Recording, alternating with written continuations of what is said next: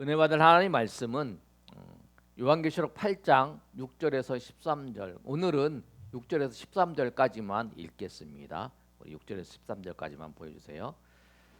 9절에서 9장 1절에서 21절까지는 다음 기회에 하겠습니다. 우리 6절 제가 읽습니다. 일곱 나팔을 가진 일곱 천사가 나팔 불기를 준비하더라.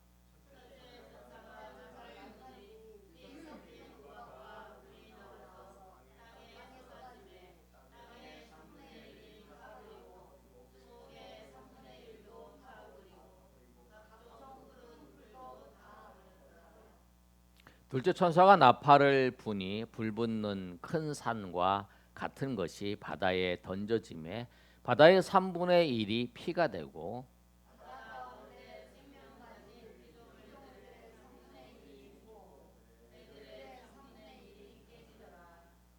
셋째 천사가 나팔을 부니 횃불같이 타는 큰 별이 하늘에서 떨어져 강들의 3분의 1과 여러 샘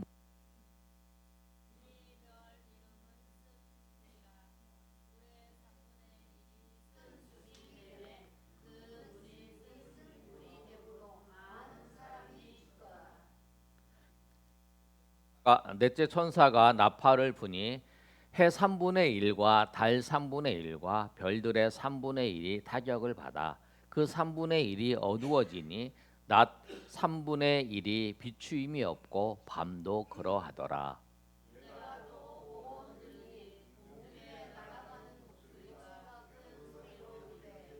땅에 사는 자들의 화가 있으리라. 이는 새 천사들이 불어야 할 나팔 소리가 남아 있음이더라 하더라. 아멘. 우리가 요한계시록 1장부터 이제 8장까지 왔는데요. 요한이 환상을 보고 하나님이 그 손에서 어린 양이 그 책을 받아서 그 책을 인을 떼는 장면이 통해서 하나님이 첫 번째 인, 두 번째 인, 세 번째 이렇게 심판을 하는 겁니다. 그리고 난 다음에 어떤 일이 있냐면 이제는 나팔을 부는 걸 통해서 심판을 하시는 거예요. 근데 우리가 첫 번째 일곱 인고와 일곱 나팔 또 일곱 대접 이것이 그 날이 지나고 또 다로 지나고 또 지나고 해서 일어나는 현상이 아니라 예수님이 그 초림하셔서 그 다음에 예수님이 재림하실 때까지 그 사건들이 한 번은 인으로 한 번은 나팔로 한 번은 이걸 보여주는 거예요. 그러니까 첫 번째 일곱째 인도 그렇고 일곱 나팔도 그렇고 이제 일곱 대접도 그렇고 초림 때부터 재림까지 있는 사건을 말하는 거고 제일 마지막에 일곱째 인은 예수님께서 마지막에 이제 재림하셔서 심판하시는 그 다음에 일곱 나팔도 그렇고 일곱 대접도 그렇고 그렇게 이해를 하시면 돼요. 그런데 오늘 일곱 나팔에 대해서 그 심판에 대해서 오늘 말씀을 하는 준비하는 과정 속에서 좀 이해해야 될 부분이 있는 것 같아서 오늘 이제 하고 다음 주 그 다음 주에 말씀을 드릴 것 같아요. 나팔에 대해서 성경이 어떻게 말씀하고 있는가를 좀 알아야 될 것 같아서 오늘 그 부분에 대해서 중심을 해서 말씀을 드리겠습니다. 구약 성경에서 보면 나팔이 나와요. 나팔이 나오는데 그 나팔은 두 종류의 나팔이 나와요. 하나는 은나팔이 나오고 하나는 뿔나팔이 나와요. 그런데 이 은나팔은 어떤 용도에 쓰냐면 이스라엘 백성들을 하나님께서 모으시고 하나님이 전쟁을 일으키실 때에 전쟁을 이제 치룰 때에 하는 장면이 나와요. 민수기에 10장 2절에서 8절까지 말씀을 보면 하나님께서 모세를 부르셔서 나팔을 만들라고 말씀하세요. 2절에 보면 은나팔 둘을 만들되 두들겨 만들어서 그것으로 회중을 소집하여 하며 그것을 진영을 출발하게 할 것이며 나팔 두 개를 불 때에는 온 회중이 회방문 앞에 모여서 내게로 나올 것이요 하나만 불 때에는 이스라엘의 천부장된 지휘관들이 모여서 내게로 나올 것이다. 그러니까 200만 명의 그 군중들이 이제 모여서 이제 가나안으로 가는 거죠. 그런 과정 속에 200만 명이면 엄청 많은 숫자잖아요. 그런데 지금 같이 마이크로 막 이렇게 모이세요 뭐 이렇게 하면 그것도 없잖아요. 그 당시에는 그냥 육성으로 다 하는 거죠. 그리고 또 뭐냐면 지금처럼 핸드폰이나 있어서 핸드폰으로 아니면은 이 영상을 통해서 보면서 지금 뭐 우리 아침에도 영상 그 재난문자 나왔죠. 놀러 갈 때 조심하라고. 뭐 날씨가 더운데 놀러 가고 있는데 물놀이를 잘하라고 막 그렇게 영상 문자가 오잖아요. 지금처럼 그런 시대가 아니라는 거예요. 그 당시에. 그리고 어떻게 해요? 사람들한테 다 모여라. 하나님 앞에 성막 앞으로 다 모여라. 이렇게 하는 거는 나팔을 거기서 뿡 불면 여기서 보면은 나팔 두 개를 뿡 같이 불 때에 사람이 이제 모이는 거예요. 다 모이라는 거구나. 그다음 하나를 불면 이렇게 모이고 또 크게 불 때에는 5절에 보면은 크게 불 때에는 동쪽 진영의 진영들이 동쪽에서 이제 이스라엘 백성들이 동서남북에 이렇게 진을 쳤어요. 성막을 중심으로 해가지고 이렇게 동서남북으로 이렇게 세 지파씩 세부 지파씩 해가지고 진영을 이렇게 하는 거예요. 진영을 모여 있어요. 그래서 이제 모여 있다가 구름이 이제 딱 솟으면은 이제 구름이 펼치면 거기에 머무르고 구름이 쫙 이렇게 솟아오르면 전진을 하잖아요. 그때 어디부터 전진하냐면 너희가 크게 불 때에 동쪽 진영에 있는 사람들이 행진을 하고 두 번째로 크게 불 때에는 남쪽 진영 사람들이 행진을 하고 그렇게 하라는 거예요. 그러니까 백성들을 이제 모아서 모일 때 행진할 때 이렇게 이제 응답할 두 개를 만들어서 그렇게 했다라는 거예요. 또 하나의 나팔은 뭐냐면 뿔나팔이에요. 뿔나팔은 한번 그림 한번 보여주실까요? 예, 은나팔은 이렇게 생겼어요. 이거를 부르면 이제 불면 이제 나타나. 이거는 이제 왜 하나, 둘, 셋, 넷, 다섯, 여섯, 일곱 개냐? 요한계시록의 말씀을 생각을 하면서 이 나팔을 생각을 해서 일곱 개를 하는 거예요. 은나팔 두 개였어요. 그 다음에 보여주세요. 뿔나팔은 이렇게 생겼어요. 뿔나팔은 그 이제 짐승의 뿔을 빼가지고 이제 잘라가지고 거기서 이제 그걸 부는 거죠. 그래서 그 불 때는 하나님 예배할 때, 뭐 나팔절이나 우리 성경에 보면은 나팔절 나오잖아요. 나팔절이나 대속죄일 같은 때에 하나님이 우리 가운데 임재하신다라고 하면서 나팔을 불었다는 거예요. 이 나팔 두 개가 성경에 나오는 나팔이 그렇게 사용하는 거예요. 근데 그 나팔을 이제 하나님께서 이 심판하실 때 부는 그 장면이 나오죠. 그런데 이 나팔을 언제 부냐면 전쟁에 승리해서 기쁠 때 나팔을 확 부르는 거예요. 또 이스라엘 백성 등의 왕이 즉위될 때에 그 기쁜 일이잖아요. 그때에 그 뿔나팔을 불었어요. 이 나팔을. 그래서 열왕기상 1장 34절에 35절에 보면 이 솔로몬이 왕이 되는 그 장면이 나옵니다. 그 장면이 나오면 선지자 나단이 그에게 기름을 부어 이스라엘 왕으로 삼고 너희는 뿔나팔을 불며 솔로몬 왕은 만세수를 하옵소서. 그리고 이제 그를 쭉 따라가는 그 장면이 나와요. 이 나팔을 불 때에 어떻게 하냐면 이제 우리에게 왕이 이제 즉위합니다라고 하는 거예요. 회개할 때 요엘서 2장 1절에 보면은 시온에서 나팔을 불며 나의 거룩한 산에서 경고의 소리를 질러 그 땅 주민들이 다 떨게 하라. 이제 나팔을 불어서 그렇게 이제 하는 거예요. 그리고 또 나팔이 언제 나오냐면 고린도전서 15장 51절에서 52절까지 나팔이 나와요. 우리 이 말씀 잘 알죠? 한번 읽어볼까요? 자, 시작.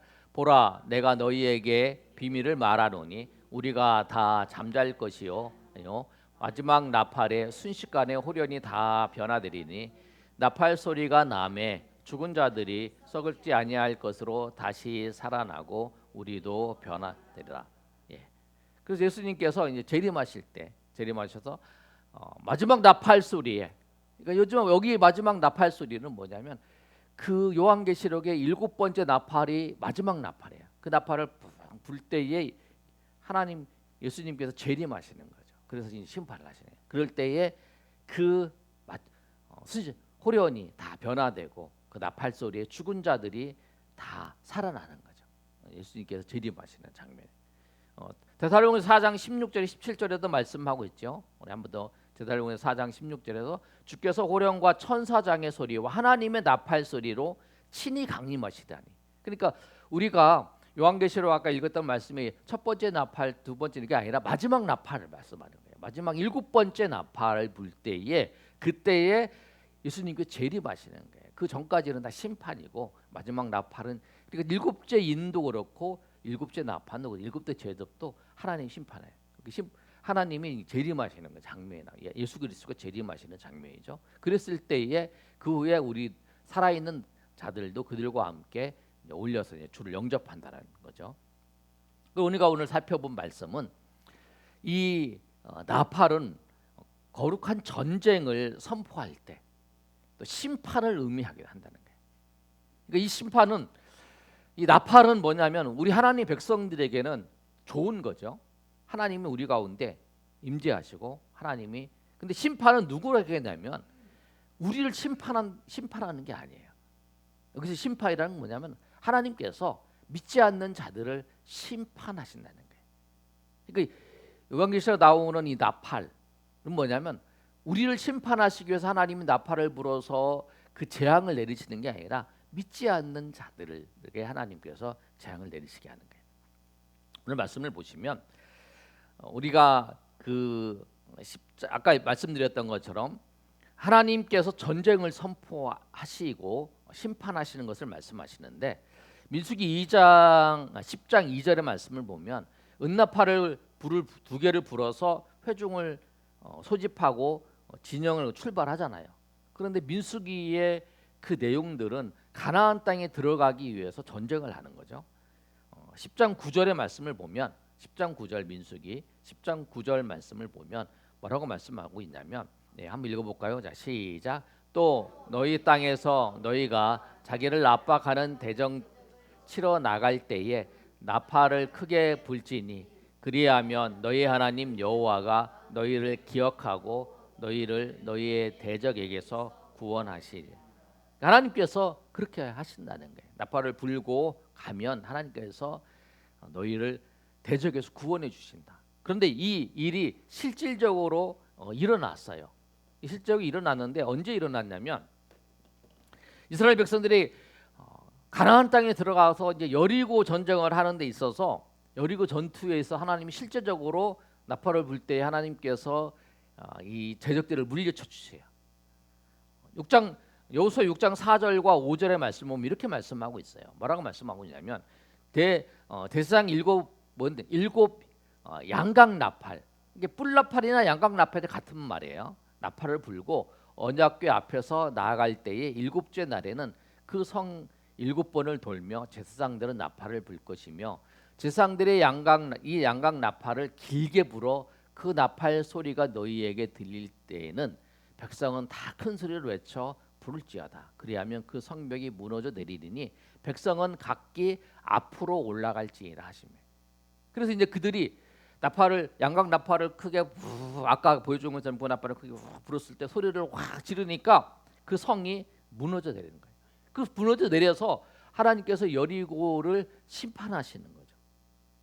하나님께서는 하나님의 대적들을 하나님께서 심판하시고 하나님 백성들을 보호하시는 거예요. 그러니까 나팔을 분다라는 건 뭐냐면 하나님께서 하나님 백성들을 하나님이 나타나셔서 하나님 백성들을 보호하시고 하나님의 대적들은 심판하시는 그 말씀을 하고 있는 거예요. 롯을 보면 소돔과 고모라를 소돔을 심판하시는 그 과정 속에서도 그 롯은 하나님께서 천사를 보내셔서 그 심판에서 벗어나도록 하신다라고 하는 거예요. 하나님은 하나님의 백성들을 심판할 때에 하나님의 백성들은 심판 과정 속에 하나님의 백성들이 심판에 휩쓸려서 휩쓸려가지 않도록 하나님께서 지켜주시는 거예요. 하나님의 백성은 하나님의 백성들을 지켜주신다는 거예요. 하나님의 백성들을, 그리고 이 뿔나팔 나팔 소리를 통해서 하나님이 너희와 임재하시고 하나님 너희를 만나고 싶어 하시고 하나님께서 너희를 예배 때에 하나님이 부르시고 하나님 회개할 때 하나님이 대속죄일 같은 날을 회개할 때 왜 나팔을 부냐면 하나님이 우리를 만나고 싶어 하신다는 거예요. 죄가 있는 자는 하나님께서 죄 앞에 있는 하나님, 우리가 죄가 있으면 하나님과 우리 관계가 죄로 막아버리니까 하나님이 그 죄를 없애라. 그래서 내가 너를 만나주겠다라고 말씀하는 거예요. 하나님은 하나님의 백성을 지켜주시는 거예요. 광야에도 물이 없을 때도 하나님이 지켜주시는 거예요. 그러니까 하나님의 심판은 절대로 하나님의 백성들을 향하지 않고 있다라는 거, 그런 걸 여러분 믿으시길 바랍니다. 이 사실을. 하나님의 진노는 우리를 향하는 것이 아니라 사탄과 그 추종하는 자들을 향하고 있다라는 거예요. 그리고 그것을 우리가 생각하면서 우리가 더 하나님께 가까이 나아가는 저 여러분이 되시기를 예수님의 이름으로 축복합니다. 여러분, 하나님의 인도하심을, 그리고 하나님 우리를 지키심을 알고 의지하고 계십니까? 하나님께서는 우리에게 진노를 바라시지 아니하시고 사랑과 은혜를 베풀어 주시기를 원하십니다. 그 하나님께 감사하고 계십니까? 우리가 맥주감사주를 맞이하는데 우리가 그 하나님, 우리를 지키시고 인도하시는, 지금까지 내 삶의 모든 것 속에서 인도하시는 하나님, 하나님께서 가장 인도하시기에 놀라운 것은 뭐냐면 우리를 하나님의 자녀 삼아 주신 거죠. 예수 그리스도의 그 피로 말미암아, 내가 예수 그리스도를 믿음으로 말미암아 하나님의 자녀 삼아 주신 것이 가장 큰 은혜고, 또 자녀 삼아 주실 뿐만 아니라 우리의 삶의 과정 속에서 우리가 넘어지고 우리가 쓰러지고 그렇지 않도록 우리를 붙잡아 주시고 우리를 세워 주시고 또 함께해 주신 그 은혜를 우리 생각하며 나아가는 저럼 되시기를 소망합니다. 또 나팔은 뭐냐면 하나님이, 우리 계속적으로 말씀하는 현현하시는 거예요. 하나님이 현현하신다는 건 뭐냐면 하나님이 나타나시는 거예요. 하나님이 나타나심을 말씀하고 있어요. 시내산에서 이스라엘 백성들에게 하나님께서 나타나셨어요. 그랬을 때에 출애굽기 19장에서 이스라엘 백성들이 이제 출애굽해서 시내산으로 가잖아요. 그리고 모세가 이제 올라가잖아요. 19장 16절에 19절까지 말씀을 보면 셋째 날 아침에 우레와 번개, 빽빽한 구름이 산 위에 있다. 하나님이 임재를 나타나는 구약의 그 말씀을 보면 우레와 번개, 하나님이 임재했다라고 하는 것을 표현하는 거예요. 그래서 그 일곱째 인이나 일곱 나팔에 보면 우레와 번개가 나타났다라고 표현을 쓰잖아요. 그 구름이 산 위에 있고 그 다음에 뭐라고 했냐면 나팔 소리가 매우 크게 들림에, 이렇게 말합니다. 나팔 소리가 들리는, 하나님이 임재하고 있다는 거죠. 누가 나팔을 부는 게 아니라 나팔 소리가 들리는 거죠. 그리고 거기에 모세가 하나님을 맞으려고 이제 쭉 올라가는 장면이 나오고 18절에 보면 시내산에 연기가 자욱하니 여호와께서 불 가운데서 거기 강림하십니다. 그 다음에 19절에 뭐라고 말씀드리냐면 나팔 소리가 점점 커질 때에 그때 모세가 말한즉 하나님이 음성으로 대답하더라. 그게 뭐냐면 하나님이 임재하고 있다라고 하는 것을 나팔로 말씀하고 있는 거예요. 이게 하나님이 임재하고 계시는 거예요. 그 나팔 소리야. 그러니까 우리가 나팔을 생각할 때, 구약에서의 나팔을 생각할 때는 하나님이 임재하시고 하나님 우리를 만나기를 원하신다라고 하는 것을 생각을 하시면 돼요. 그래서 우리 10가지 재앙을 보시면 이 일곱 나팔의 재앙을 이제 다음에 살펴볼 건데요. 보시면 10가지 재앙에 대해서 같이 표현되어 있는 부분이 많아요. 하나님이 임재하셔서 그 애굽 백성들을 이제 심판하시는 그 내용이 이제 출애굽할 때 10가지 재앙이잖아요. 근데 나팔 재앙을 우리 비교해 보면 그 첫 번째의 그 나팔이 우리가 네 번째까지 읽었어요. 첫 번째 재앙이 뭐냐면 나팔을 불었을 때에 우박과 불과 피가 있어요.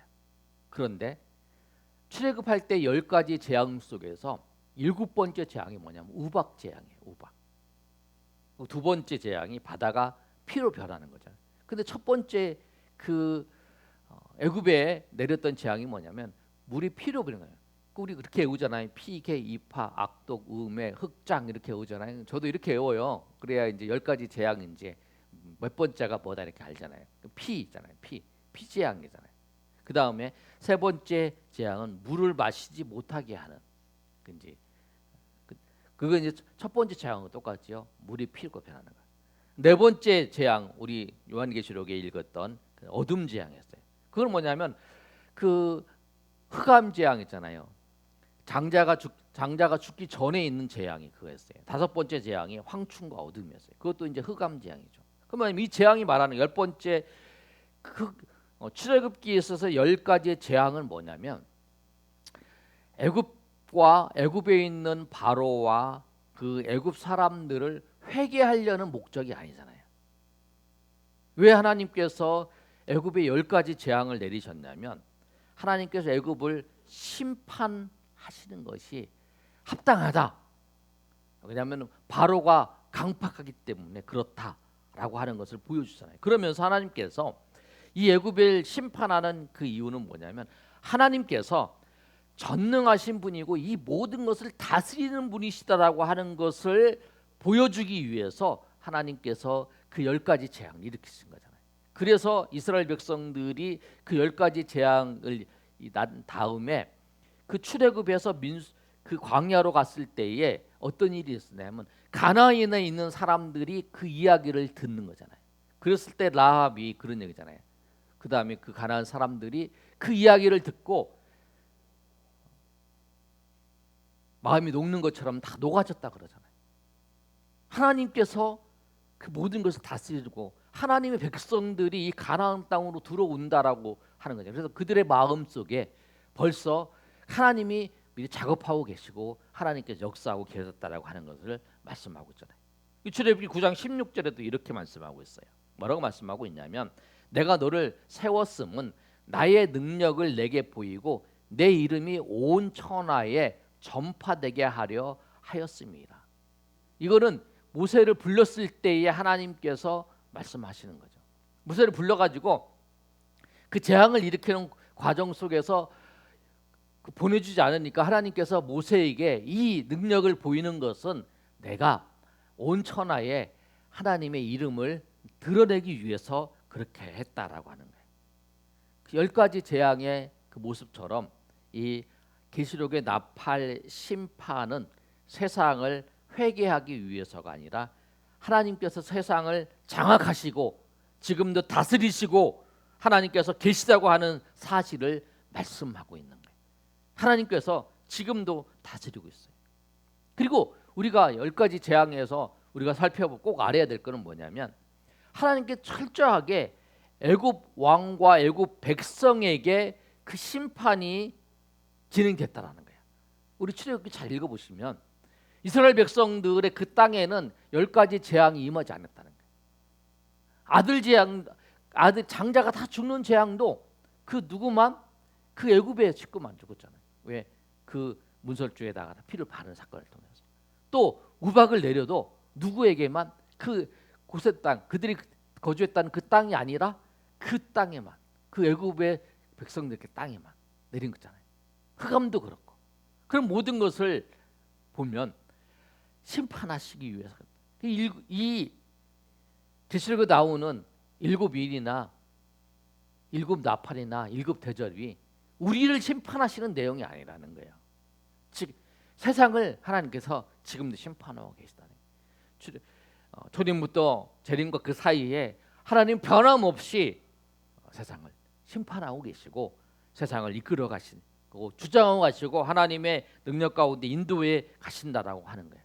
그런데 우리가 꼭 생각할 게 있습니다. 뭐냐면 하나님의 심판이 하나님 백성에게는 구원이라는 거예요. 이스라엘 백성들에게 애굽은 심판했지만 그 하나님의 백성들을 하나님이 건져 주셨잖아요. 하나님의 심판과 구원은 같이 일어나는 거죠. 예수 그리스도께서 재림하셨을 때에 우리는 신령한 몸으로 변화돼서 영원한 천국으로 우리가 구원을 받잖아요. 그러나 믿지 않는 사람들은 영원한 지옥에 가는 거잖아요. 그러니까 하나님의 심판은 우리에게는 구원이고 그 심판 때에 있으면 우리는 구원이고 믿지 않는 하나님 백성, 믿지 않는 사람들에게는 심판이라는 사실. 그래서 우리가 그 사실을 여러분 꼭 기억하시고 어떠한 상황 속에서도 하나님은 하나님의 백성들을 지키시고 인도하신다라고 하는 거예요. 우리 여러분 그 사실을 믿길 바랍니다. 기록에 나오는 그 심판들이 하나님 백성들을 심판하시는 게 아니라 하나님 믿지 않는 자들을 또 그 사탄과 그 추종자들을 심판하시기 위한 하나님의 공의를 나타내고 계신다라고 하는 거예요.